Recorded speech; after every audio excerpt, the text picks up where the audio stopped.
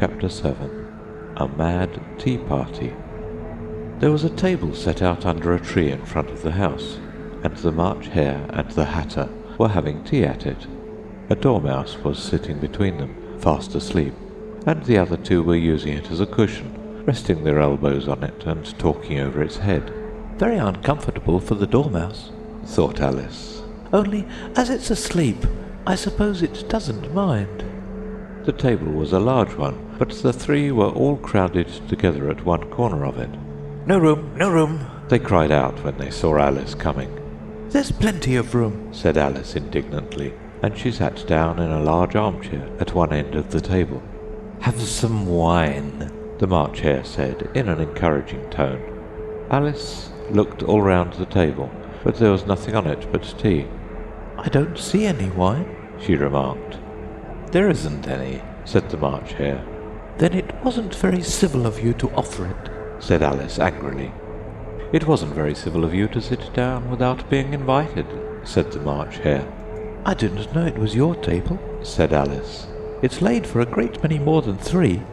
Your hair wants cutting, said the Hatter. He had been looking at Alice for some time, with great curiosity, and this was his first speech. You should learn not to make personal remarks, Alice said with some severity. It's very rude. The Hatter opened his eyes very wide on hearing this, but all he said was, Why is a raven like a writing desk? Come, we shall have some fun now, thought Alice. I'm glad they've begun asking riddles. I believe I can guess that, she added aloud. Do you mean that you think you can find out the answer to it? Said the March Hare. Exactly so, said Alice. Then you should say what you mean, the March Hare went on. I do, Alice hastily replied. At least I mean what I say. That's the same thing, you know. Not the same thing a bit, said the Hatter. You might just as well say that I see what I eat is the same thing as I eat what I see. You might as well say, added the March Hare, that I like what I get is the same thing as I get what I like. You might as well say, added the Dormouse, who seemed to be talking in his sleep, that I breathe when I sleep is the same thing as I sleep when I breathe. It is the same thing with you, said the Hatter, and here the conversation dropped, and the party sat silent for a minute, while Alice thought over all she could remember about ravens and writing desks, which wasn't much. The Hatter was the first to break the silence. What day of the month is it? He said, turning to Alice. He had taken his watch out of his pocket, and was looking at it uneasily, shaking it every now and then, and holding it to his ear. Alice considered a little, and then said, The 4th. 2 days wrong, sighed the Hatter. I told you butter wouldn't suit the works, he added, looking angrily at the March Hare. It was the best butter, the March Hare meekly replied. Yes, but some crumbs must have got in as well, the Hatter grumbled. You shouldn't have put it in with the bread knife. The March Hare took the watch and looked at it gloomily. Then he dipped it into his cup of tea and looked at it again, but he could think of nothing better to say than his first remark. It was the best butter, you know. Alice had been looking over his shoulder with some curiosity. What a funny watch, she remarked. It tells the day of the month, and doesn't tell what o'clock it is. Why should it? Muttered the Hatter. Does your watch tell you what year it is? Of course not, Alice replied very readily. But that's because it stays the same year for such a long time together. Which is just the case with mine, said the Hatter. Alice felt dreadfully puzzled. The Hatter's remark seemed to have no sort of meaning in it, and yet it was certainly English. I don't quite understand you, she said, as politely as she could. The Dormouse is asleep again, said the Hatter, and he poured a little hot tea upon its nose. The Dormouse shook its head impatiently, and said without opening its eyes, Of course, just what I was going to remark myself. Have you guessed the riddle yet? The Hatter said, turning to Alice again. No, I give it up, Alice replied. What's the answer? I haven't the slightest idea, said the Hatter. Nor I, said the March Hare. Alice sighed wearily. I do think you might do something better with the time, she said. than waste it in asking riddles that have no answers. If you knew time as well as I do, said the Hatter, you wouldn't talk about wasting it. It's him. I don't know what you mean, said Alice. Of course you don't, The Hatter said, tossing his head contemptuously.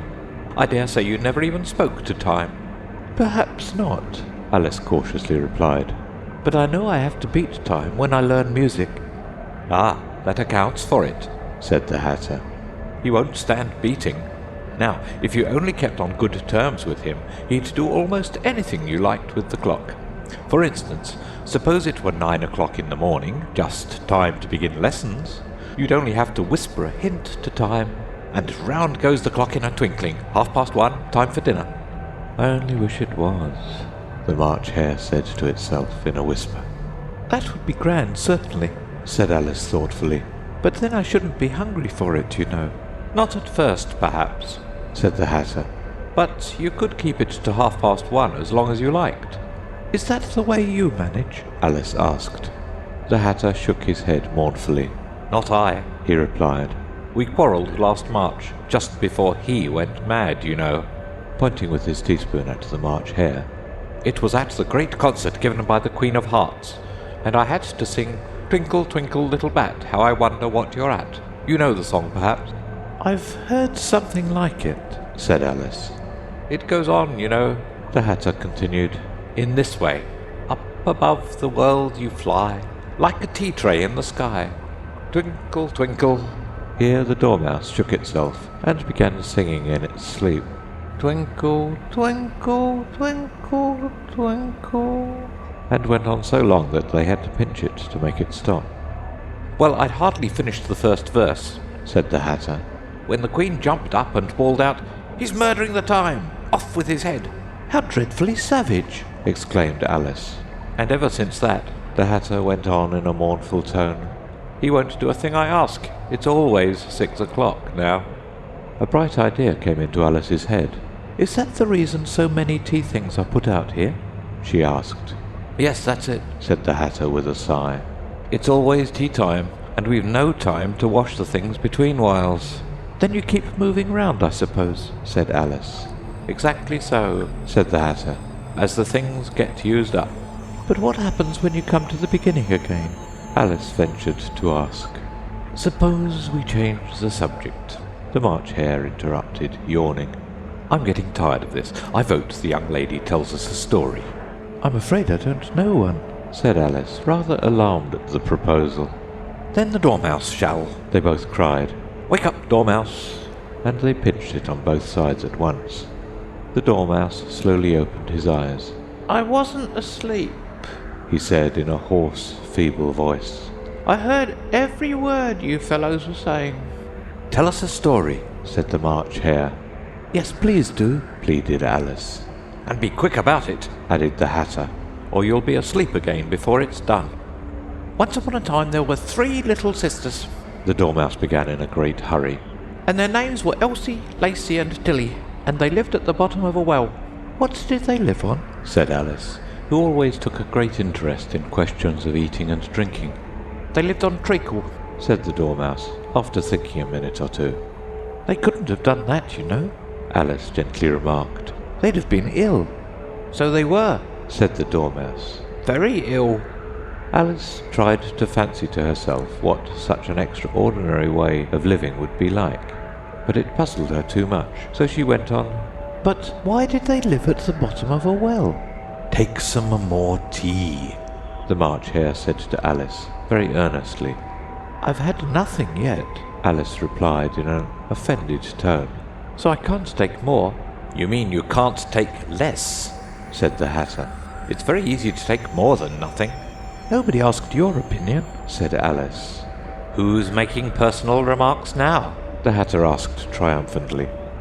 Alice did not quite know what to say to this, so she helped herself to some tea and bread and butter, and then turned to the Dormouse and repeated her question. Why did they live at the bottom of a well? The Dormouse again took a minute or two to think about it, and then said, It was a treacle well. There's no such thing. Alice was beginning very angrily, But the Hatter and the March Hare went, and the Dormouse sulkily remarked, If you can't be civil, you'd better finish the story for yourself. No, please go on, Alice said very humbly. I won't interrupt again. I dare say there may be one.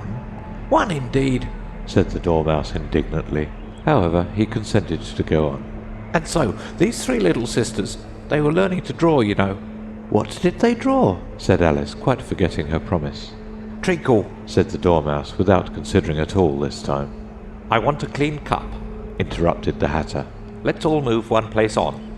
He moved on as he spoke, and the Dormouse followed him. The March Hare moved into the Dormouse's place, and Alice, rather unwillingly, took the place of the March Hare. The Hatter was the only one who got any advantage from the change, and Alice was a good deal worse off than before, as the March Hare had just upset the milk jug into his plate.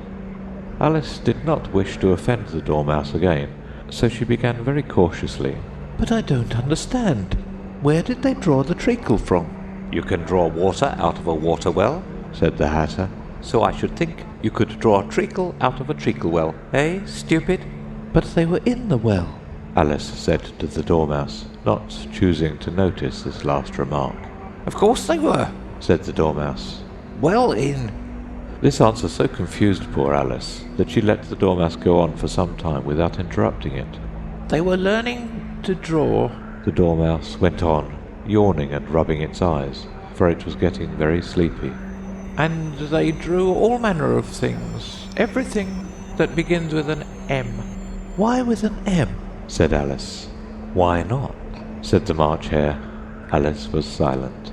The Dormouse had closed its eyes by this time, and was going off into a doze, but on being pinched by the Hatter, it woke up again with a little shriek, and went on, That begins with an M, such as mousetraps, and the moon, and memory, and muchness. You know, you say things are much of a muchness. Did you ever see such a thing as a drawing of a muchness? Really, now you ask me, said Alice, very much confused. I don't think. Then you shouldn't talk, said the Hatter. This piece of rudeness was more than Alice could bear. She got up in great disgust and walked off. The Dormouse fell asleep instantly, and neither of the others took the least notice of her going, though she looked back once or twice, half hoping that they would call after her. The last time she saw them, they were trying to put the Dormouse into the teapot. At any rate, I'll never go there again, said Alice as she picked her way through the wood. It's the stupidest tea party I ever was at in all my life. Just as she said this, she noticed that one of the trees had a door leading right into it. That's very curious, she thought. But everything's curious today. I think I may as well go in at once. And in she went. Once more she found herself in the long hall, and close to the little glass table. Now I'll manage better this time, she said to herself, and began by taking the little golden key and unlocking the door that led into the garden. Then she went to work nibbling at the mushroom. She had kept a piece of it in her pocket till she was about a foot high. Then she walked down the little passage, and then she found herself at last in the beautiful garden, among the bright flower beds and the cool fountains.